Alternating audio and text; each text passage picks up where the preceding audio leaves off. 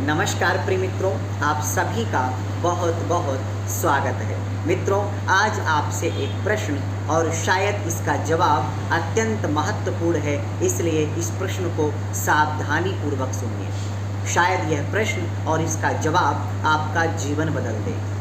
और प्रश्न यह है कि भगवान को पाने का सबसे सरल उपाय क्या है? भगवत भक्ति पाने का सबसे सरल उपाय क्या है? भगवत प्रेम पाने का सबसे सहज सरल उपाय कौन सा है? तो शायद इसके जवाब में आप नवधा भक्ति गिनाने लग जाएंगे, अष्टांग योग गिनाने लग जाएंगे, शास्त्रों के द्वारा बताई हुई अनेक प्रकार की विधियां गिनाने लग जाएंगे। लेकिन हम आपको आज बताने वाले हैं इन सबसे भी सबसे ज़्यादा सहज और सरल उपाय, जिस उपाय को स्वयं श्रीमद् भागवत ने कहा है, जिस उपाय को रामचरितमानस ने गोस्वामी तुलसीदास जी के रूप में कहा है। तो आज हम आपको बताने वाले हैं सबसे सरलतम उपाय। सबसे सरलतम उपाय है भगवत भक्ति और भगवत धाम, भगवत कृपा, भगवत प्रेम और साक्षात भगवान को पाने का, और वो है भगवान के निर्माल्य का खूब सेवन करें।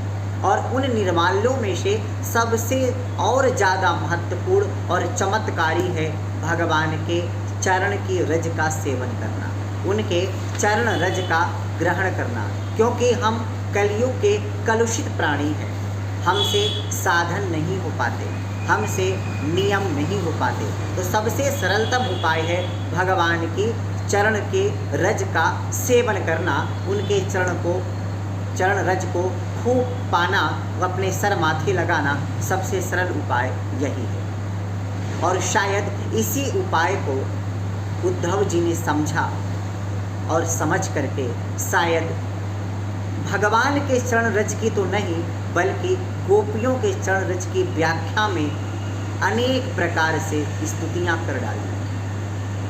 और हम आपको बता दें कि अनेक प्रकार से तपश्चर्या करते हुए जिनके ध्यानस्थ भगवान निवास करने लगे हैं, ऐसे व्यक्ति भी ब्रज रज में ललायित होकर पिपासु की तरह दौड़ते हुए मात्र ब्रज रज की सेवन करने के लिए ब्रज रज में हमेशा के लिए रहने लगे और सिद्धांत बना लिया, वृंदावनम परित्यज्य पादमेकम न गच्छति।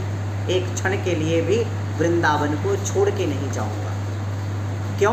क्योंकि भगवान की चरण धूलि तो यहाँ है ही है। सबसे महत्वपूर्ण है कि भगवान के भक्तों की भी चरण धूलि है।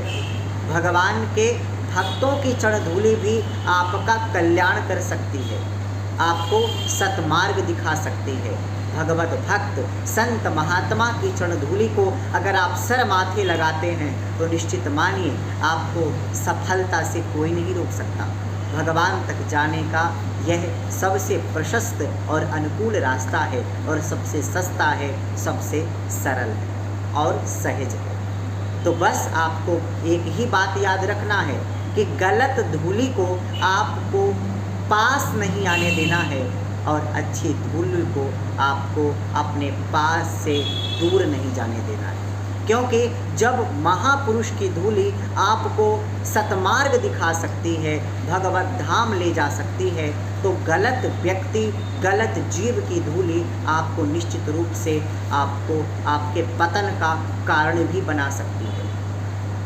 तो हम आज आपको बताने वाले हैं कि ऐसे किन विशेष वस्तुओं या प्राणियों से आप सावधान रहें जो आपको नरक या आपको पतन का कारण बना सकती हैं, आपको नरक ले जा सकती हैं। उनमें से झाड़ू की धूली, झाड़ू लगाते समय झाड़ू की धूल न पड़े, इसका ध्यान रखें। गधे की धूल, बकरी की धूल, बिल्ली की धूल, कुत्ते की धूल, ऊँट की धूल और भेड़ की धूल, और जो असत पुरुष हैं उनकी धूल, जो गंदा स्थान है वहाँ की धूल आपके ऊपर बिल्कुल भी नहीं पड़ना चाहिए। अशुद्ध भूमि की धूल आपके पास तनिक भी भटकनी नहीं चाहिए। अगर आपको जीवन में सफल होना है, आपको यश, कीर्ति, वैभव, लक्ष्मी और अनेक प्रकार की संपत्ति चाहिए, लक्ष्मी चाहिए, अगर आपको विवेक चाहिए, तो इस बात को आप नोट कर लें।